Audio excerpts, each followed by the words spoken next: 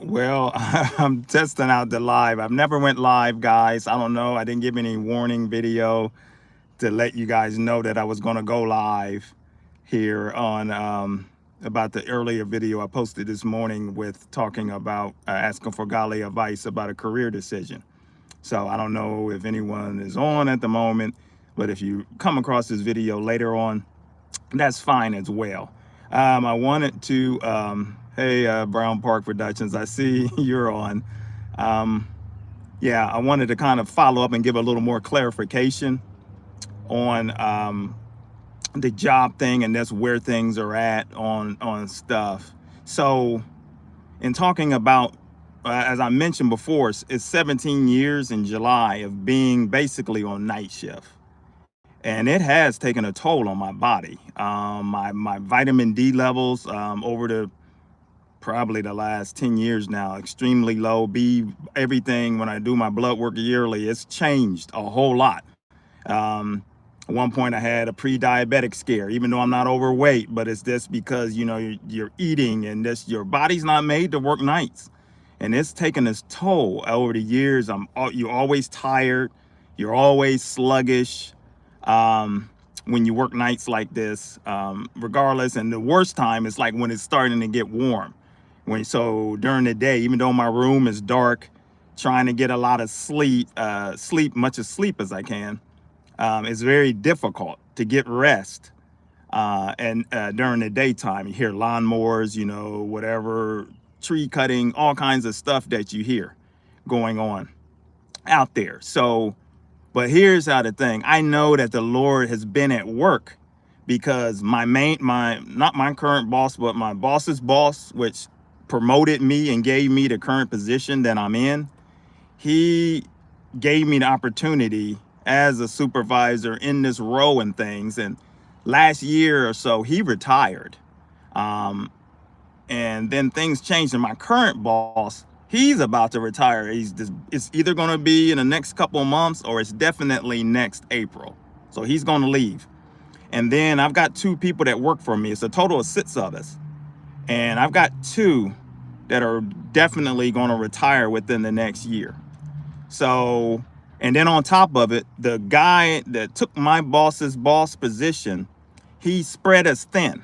The way that they wanted to try to get coverage the right way of things, and no longer like tonight is me and a woman that she's basically 70 years old. She's a hard-working lady. She's a farm girl. Grew up, raising horses, and used to be an electrician. So she's hard working, but she's gonna retire.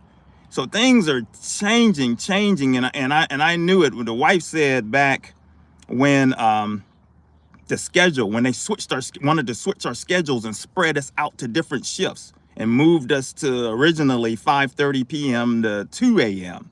And then they decided, well, after some complaints, they moved us to 7:30 to 4 a.m. And things of this. I felt like she felt like, well, maybe they're trying to push you guys out or something like that. But no, I didn't feel it was that. This new guy, based on his track record, is just how he does things. And sometimes change the way that the Lord brings about things. He is trying to push you, make it uncomfortable. So I know that the season, even does it don't make sense. And here's the other thing that I didn't mention in the first part of the video. Being that I work for local government. So I work in the local government thing, and I was part of the public student loan forgiveness program, which George W. Bush put in place in 2007. He put that in place for public service workers because there was a shortage of public service workers and trying to encourage people to come into the public sector. And I just got a substantial amount of my student loans forgiven because of being part of working local government, and my 10 years plus of service, after they recalculated everything, just was forgiven last month or so, or back in March, actually. And totally caught me off guard. Totally, I thought I had maybe a few more years left to go. But based on the calculations and things, when the Department of Education counted things, I was eligible and it was forgiven. And I'm like, oh, wow. because that changed things there for me. Because at that point, I was always concerned, like I'm gonna have to stay within the public sector, because if I want to continue, you got to continue in the public sector, the government sector of some sort, local, county, something like that, or certain nonprofits that are eligible, that you have to stay within that to be part of the public student loan forgiveness program. So I felt like I couldn't really move to any job if I ever want to outside of the government sector, basically. And hey, Abby Watson, out there from Australia. Wow, that's great to hear. Great to see you guys on there. But yeah, so that kind of took the shackles off of me, because I felt like, oh no, I'm gonna have to stay within the public sector at least of several more years, and can't take an opportunity and leap of faith of any sort if I want the student loans, because I've come too far knowing that that program is in place, just to toss that aside. Now, I mean, one thing with the program, let's say after, hey, Sonia Ramos, how you doing? Many blessings to you as well. As far as with that program, the public program, let's say you pay into it for 5 years and you quit and go into the private sector and things. If you come back into the public sector of work again, or qualifying nonprofit or so, they will pick up your payments will count towards the forgiveness of the program. So that, knowing that, but I didn't want to, just toss that away, because that program could be taken away at any time. That's a political thing that's on the table at all. Even though it's been around, it's been in disarray. Current president's trying to fix it to make it better for those that have been working with in that program. But anyway, so I got that forgiven, a large, substantial amount of student loans forgiven out of the blue. Wasn't expecting that as of the time, based upon the payment things. Hey, Brother Robert, how's it going? Good evening as well. We're talking about, and for those of you that just popped on, I wanted to emphasize more on the video that I made about trying to make the godly decision. And I was talking about how working nights, it'll be 17 years. Now, prior to working 17 years of almost night shift, did it before. When I was in a factory, I worked 6 years nights in a factory. And let's see, where else did I work nights at? And then a couple years before I started here. So I've done nights for a long time, over 20 plus years of nights. It will wear you down, for those of you that's ever done that. So that's where I know, like, I don't think I can do 8 more years in this type of setting. That's why I know my season is over at this particular, because of all the openings that the Lord has provided at this point. As with the student loan forgiveness being provided to me for being in the public sector, and that giving me opportunity, because I don't know, doing the type of work. Oh wow, Brother Robert, 12-hour nights, just as you. Yeah, when I was in the factory, I was a team leader, and we worked 12-hour shifts, 3 days on, 4 off, and 4 on 3. 4 days on, 3 off, 3 on, 4 off. But being a team leader, I mean, it was brutal. 12 hours, 6 p.m. to 6 a.m. And then the management will want to have a meeting at 8 a.m. So I couldn't go home. I was already 45 minutes away from home. And then they would have these staff meetings, mandatory staff meetings for all team leaders. And then I would get home 10:30 and have to turn back around and get up and be up at 4 p.m. so I can leave the house by 5. Worn down. I mean, and plenty of times where I would be on the road, felt like I'm about to fall asleep, and struggled, and I had to do something about that. And I went to real estate school and got my real estate license and rode that train until the economy collapsed. And then just so happened, and it's funny because I got a part-time job. I'll tell you how that happened, how I got to where I'm at. I got a part-time job working for one of the local government buildings, and there was an opening that eventually came open, and I bidded on it, got it, the position, came in just as a regular person, and then within a year or so was promoted to a supervisor.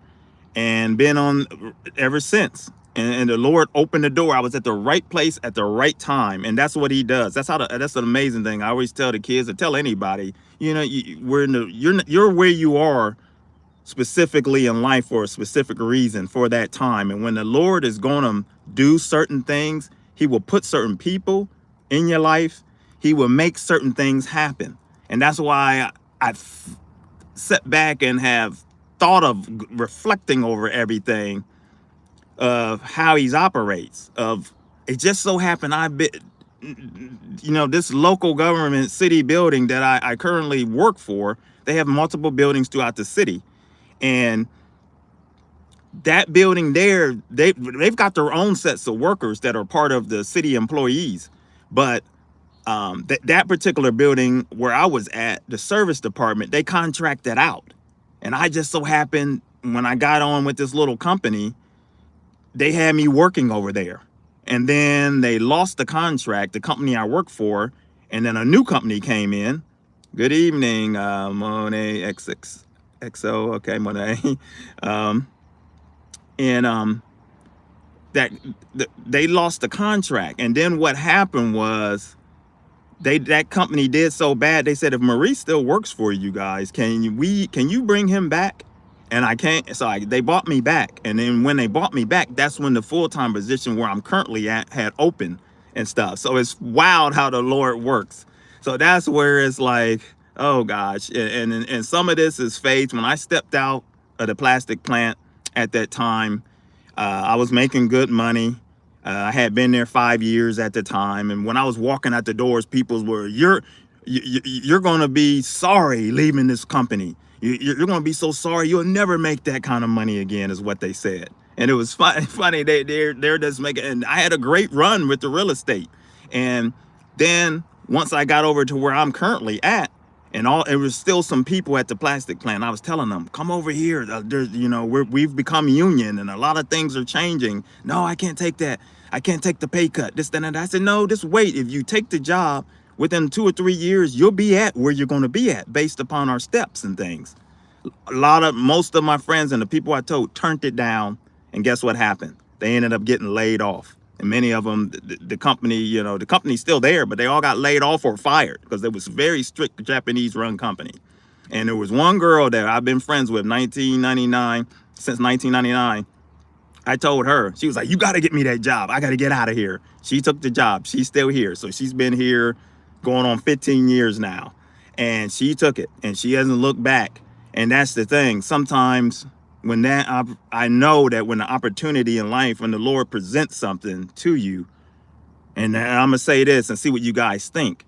I talked about, for example, like with the chaplain thing, about how difficult, because technically you need, like when I was younger, I wanted to be a prison chaplain when I was younger.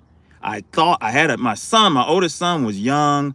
And I remember talking at a job thing and talking to the military, and they was like, oh, we can bring you in, you'll pay for your education, you'll get to, you'll have everything you need. But I didn't want to join the reserves and be gone from my son, when he was a baby like that. And I turned that down, and I didn't know what to do. And I really wanted to be like a prison chaplain or something to that effect, especially like in a youth prison and things like that, to help these young people that's in trouble, because I can relate based upon my life and things. And then,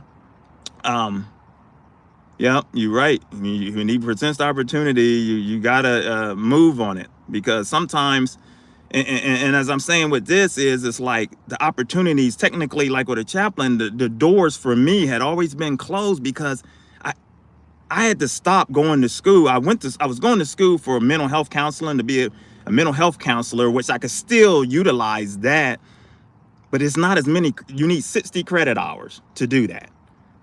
Chaplain, you need 72 to 90 credit hours within a master's program. So a master's of divinity, you've got to have that as a chaplain, and stuff, to get into a prison or in a hospital setting, no less. All I can do is part-time. I can't do it full and things. So I couldn't afford to continue to go to school to work on a master's of the divinity, to be able to get in the hours, because you got to do 1 year of CPE, clinical pastoral education. That means you got to do 1 year within a hospital. So 1,600 hours in a hospital residency. And you can't do that working a full-time job as well. So it's a tremendous sacrifice. If you're married and your spouse, a lot of it, some people, like in the Methodist church, a lot of the church sponsor some of these churches sponsor members like that. In my church, we didn't have a program like that to carry the weight of that for me to be able to financially do something like that. So, with all these avenues and all of these things and, put in a whole, like, okay, do I ever come back to that? Like some of you might have mentioned volunteer basis of things, doing it voluntarily and things. But I don't know. When I did the internship, my internship started on 9/11. So the very first day of being a chaplain, going through the program, it was 9/11. We were walking through the hospital, getting a tour of the hospital, and we see the burning towers on TV, not knowing what's going on.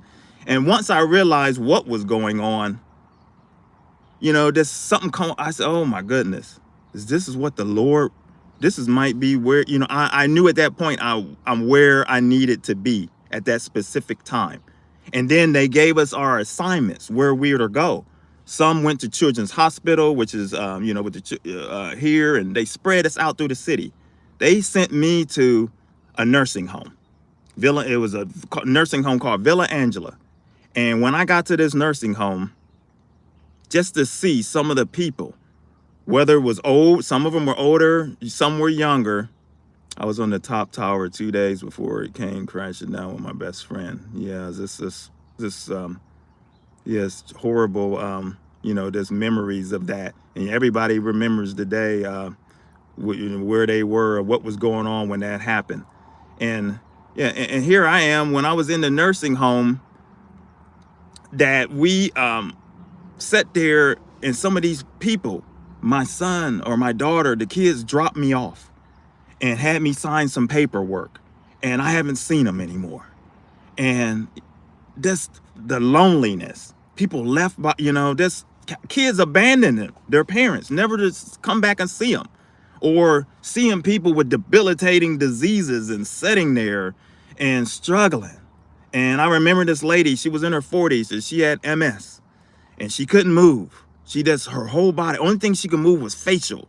And I would look at her and talk with her, and she'd just move her eyes and move around like that. And I just remember the day when I told her it was time for me to leave. And, it was been great with her, and her eyes just getting big, and she's looking sad, and just remembering all of them people that were left abandoned. That had an impact on me, and I never forgot these people, never forgot them. And at that point, I knew when I was called to the ministry that I wasn't called to be a pastor. I knew that for sure. I knew not being over a flock of people, that's a different breed. Being over a whole church and, managing everything. I knew that wasn't my calling, but I knew my wife is a nurse at a retirement nursing home. It's truly sad. Many times she comes home crying. Oh, wow. Yeah, I can only imagine. Yeah, it's tough, some of the story. But, they were so happy when I was there. Hey, just your average mom.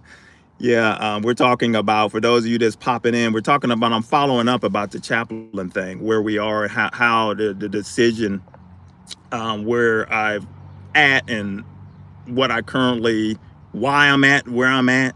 As I mentioned before, 17 years almost of night shift has affected my health, my body, a whole lot of things. And I just don't know if I could pull off 8 more years to even get to early retirement. So I began to, the Lord says, when you visit the sick, you visit him. Amen. Amen. Yeah. And the people, and these people that was in that nursing home, it left a tremendous impact on me. And I was like, well, I want to still be a chaplain in some type of role, possibly. And when I was on call, and I had to be on call at the hospital, so I would come, you have emergencies, somebody coming in, and maybe someone coming in with him. There was one person, he came in, they had to operate on him, or something was going on, I can't remember, and he died. And I had to wait for the granddaughter to come and meet her there. And all of this stuff. And that's the excitement at the time. And even at the nursing home, I was younger, but the simple fact, that they would be excited that some people were excited that there was someone there to talk with them. A lot of the seniors, when I was there at the nursing home, looked at me as like a little son, and it was great to be able to talk with some of them, and because they had sons and daughters, some of them that have abandoned them and left them there. So that was the thing with that. So now at this stage, older, it's like I still have a heart for troubled youth. I still have a heart for that. I just have a heart for people in general. It really doesn't matter. But then I started thinking, like, being that it's so difficult to get into this field of chaplaincy, is this the stepping ground for me to get in? And then I'm going to be around seasoned chaplains, and because I will be with them, do I get the credentials that I would need, that certain endorsements and everything that I would need to have that can launch me to go to the next level of things. So that's where I was thinking of that.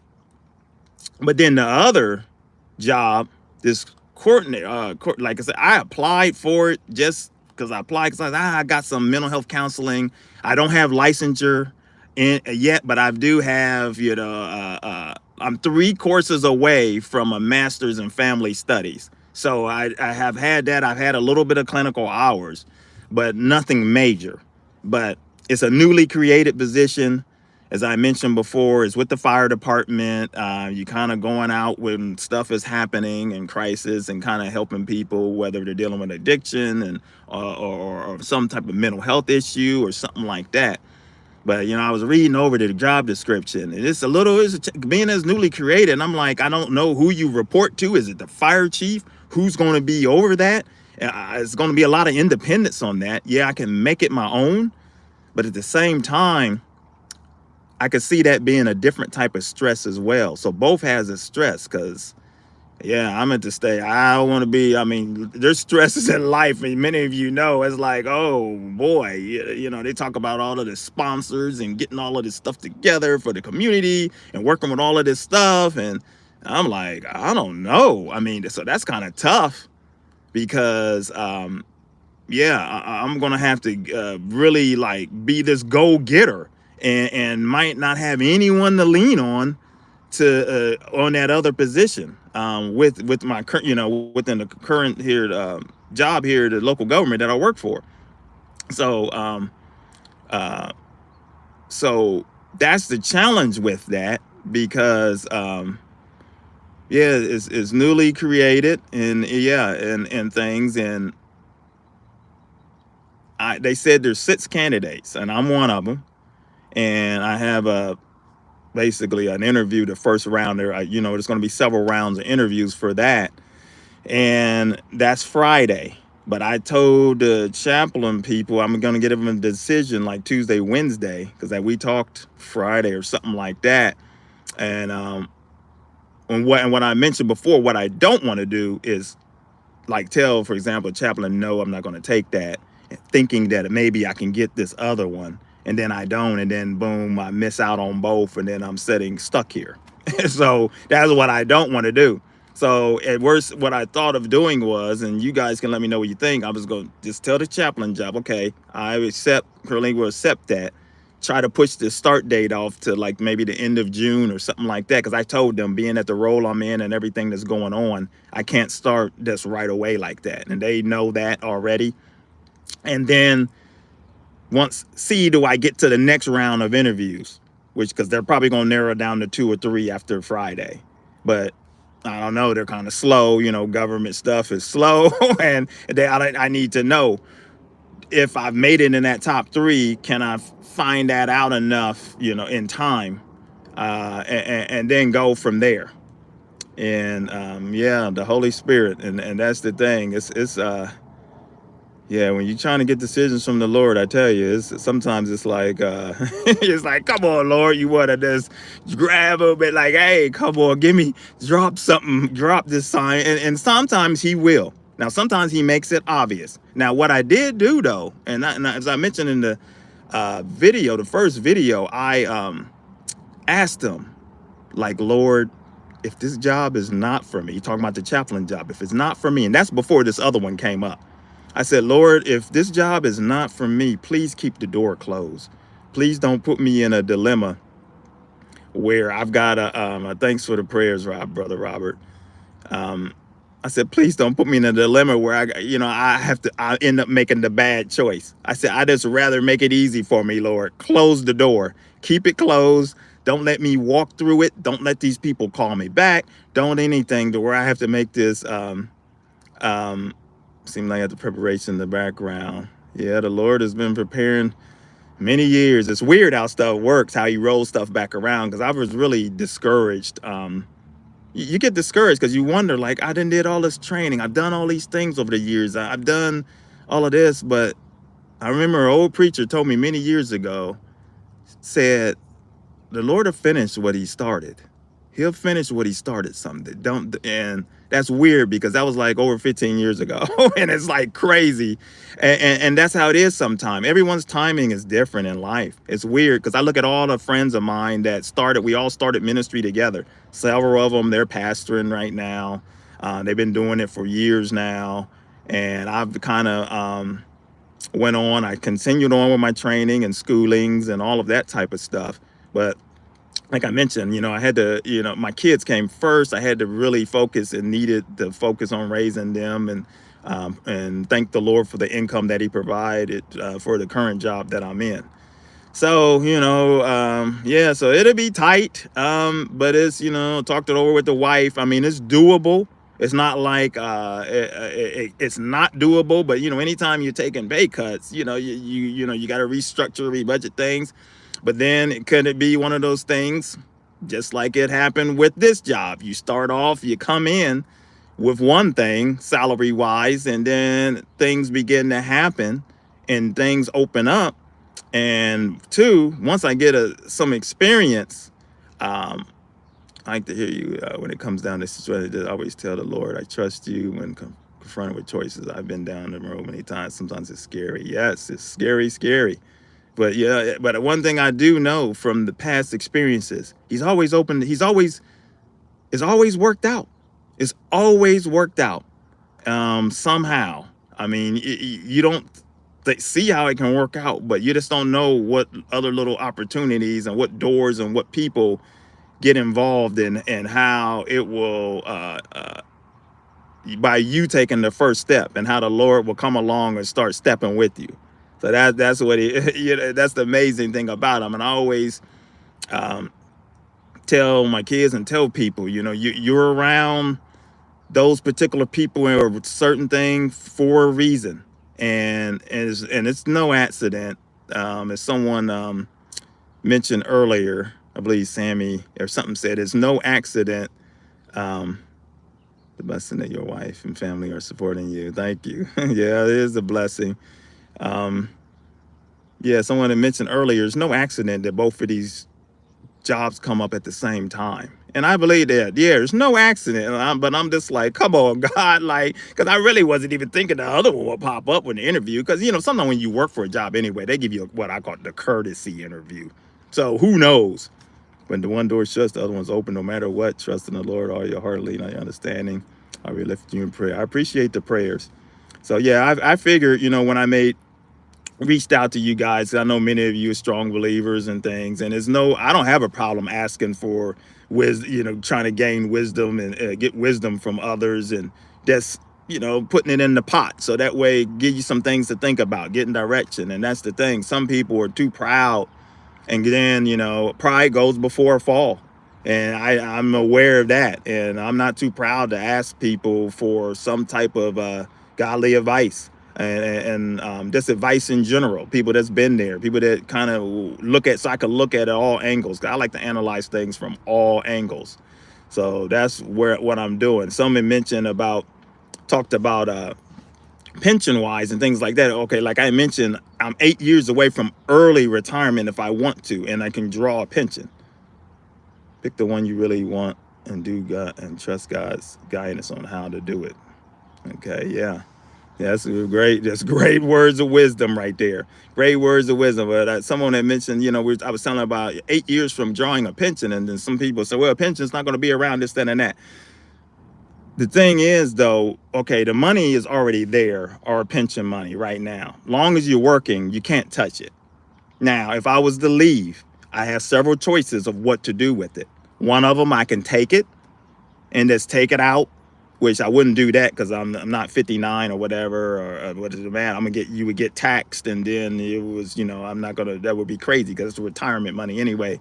So, or I can move it into IRA or another retirement system, move it over. Or they have the option, what they call, you can leave it on pause.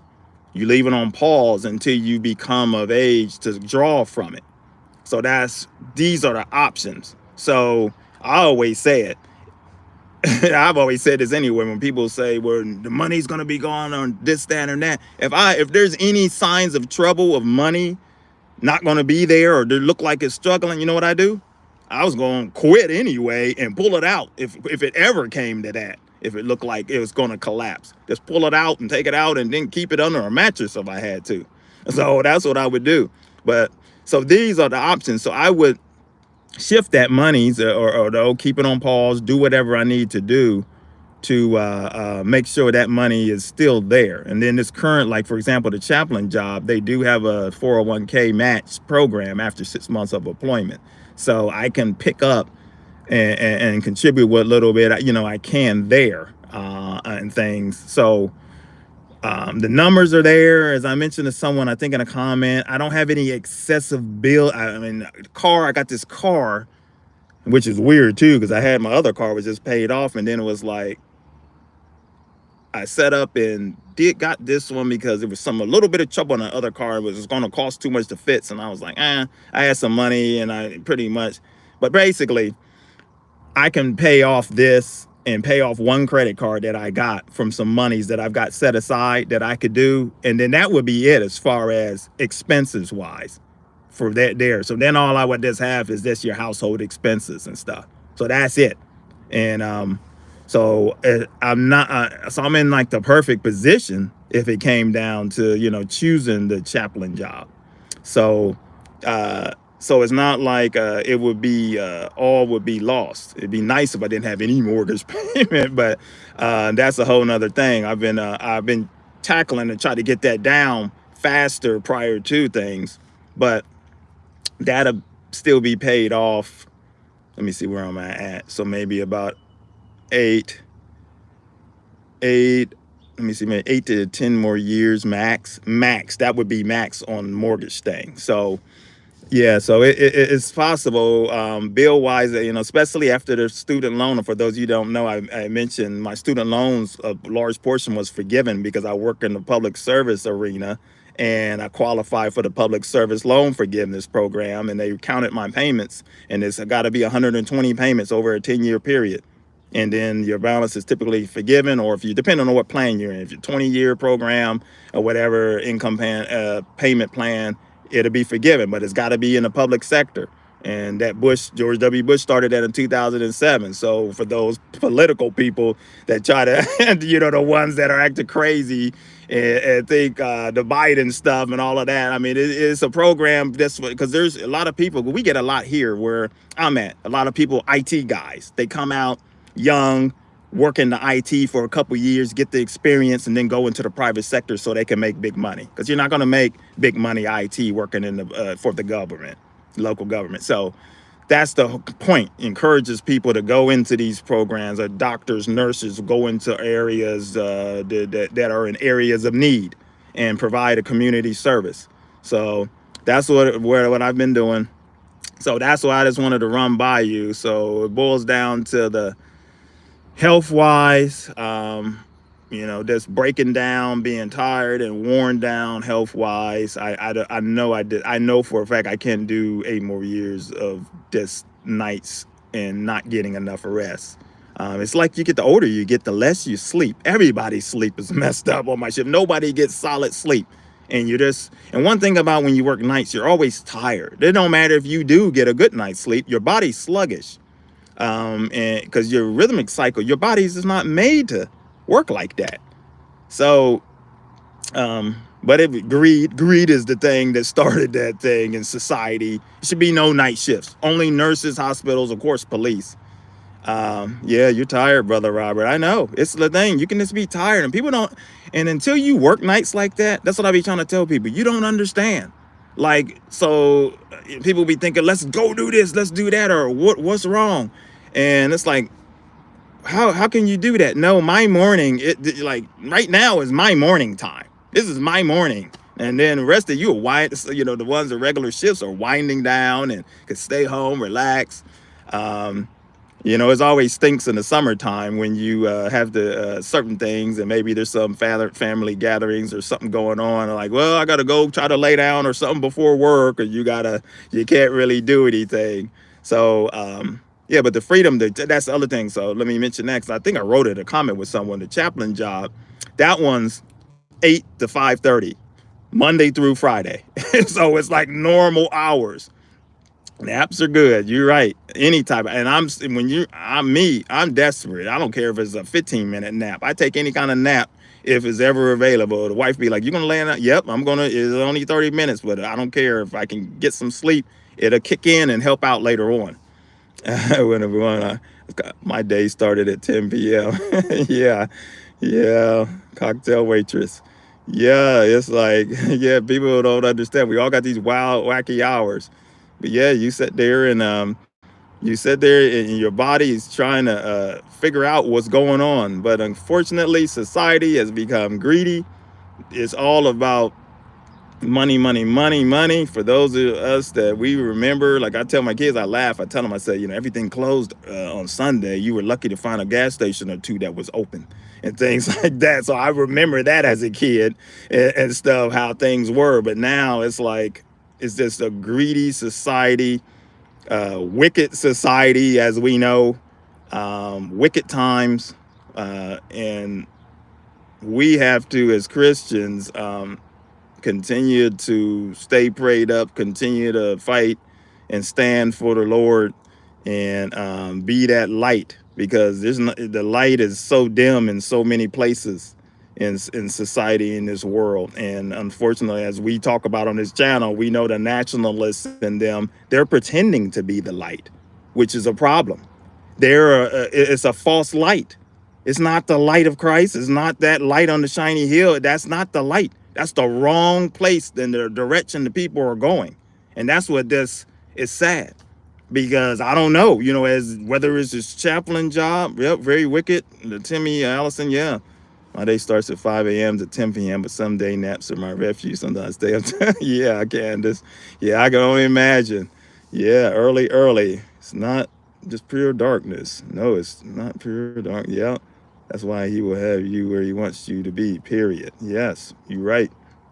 And it's like these people, I mean, there's people dying, and I'm sure it could be some people that'll be, if I decide to take this chaplain job, that are dying, that believe in some of this nationalism and some of this false teachers and all of this stuff, and which would be horrible. And I'll tell you this one story, and I'm going to wrap up a little bit here.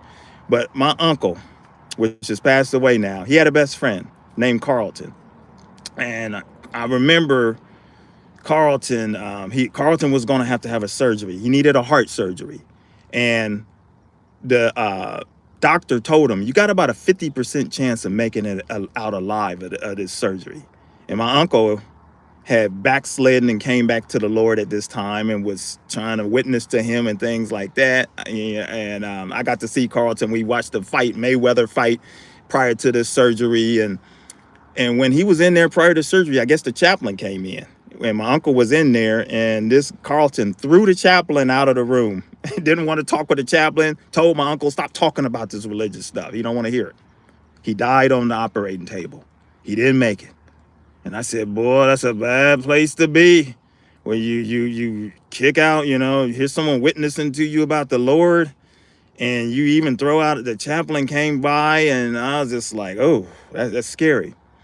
But I think about that. You never know. And I don't know what the Lord is doing at this stage, but I know for all of us, and it is not just not me, you too, all you out there, whoever you're around, family, friends, whatever. You're the light. You're the difference. Whatever in what some kind of way, because we don't know those people that we are around, what kind of impact we're going to have for them to see the actual light, so that they can be transformed and and to know the Lord and things, and to be able to come to the Lord and things. I'm sure, not my boss, he knows that I'm a Christian, and knows that. Now, I don't think everyone in the entire facility, because I don't interact with, knows who I am spiritually. But I know one thing, and I thought of this, and this is not to be braggadocious or anything like that, but I know that if I was to take the chaplain job, and once the word get out through the entire city and things, that Maurice is leaving and he's taking a chaplain job. And that's going to bring up a whole new discussions, because they'll probably have a little party for me as the leave. And then that's an opportunity there to be the light and share things like that. But I know one thing that I can proudly say, and that no one will be able to say, man, after 17 years or so, Maurice, chaplain, whatever, him, hypocrite, out here acting a fool at the job, doing, all of these things.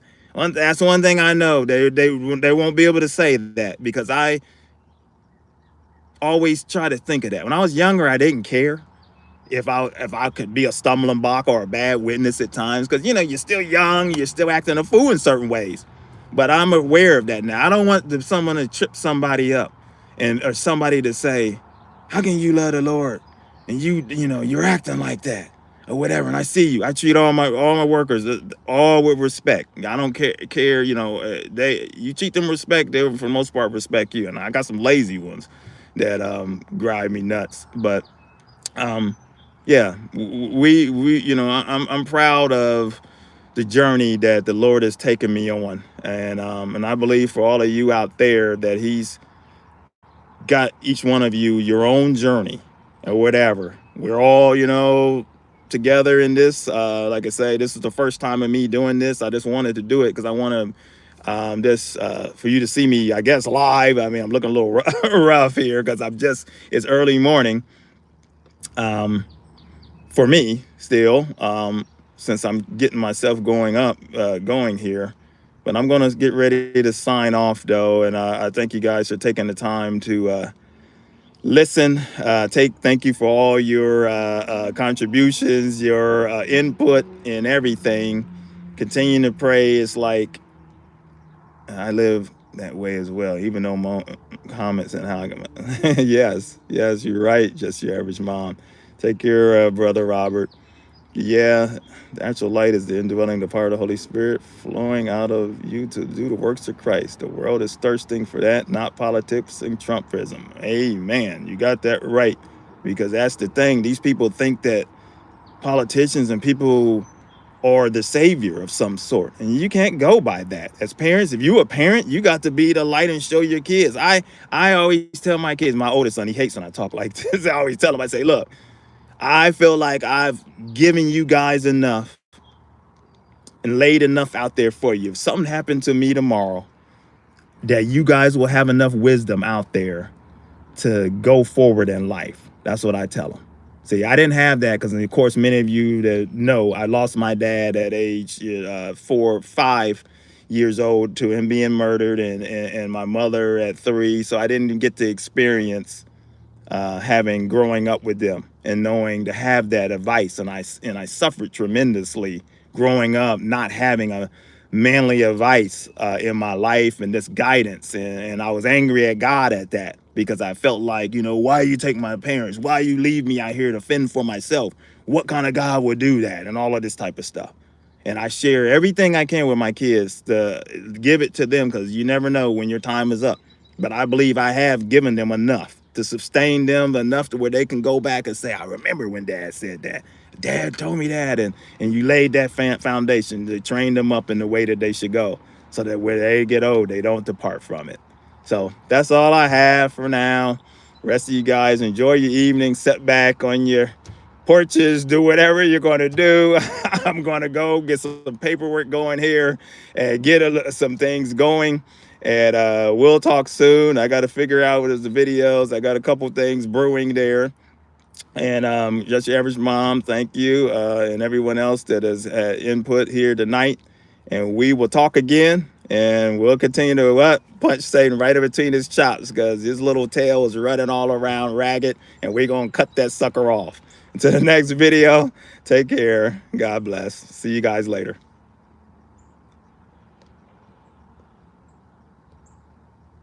All right, God bless you.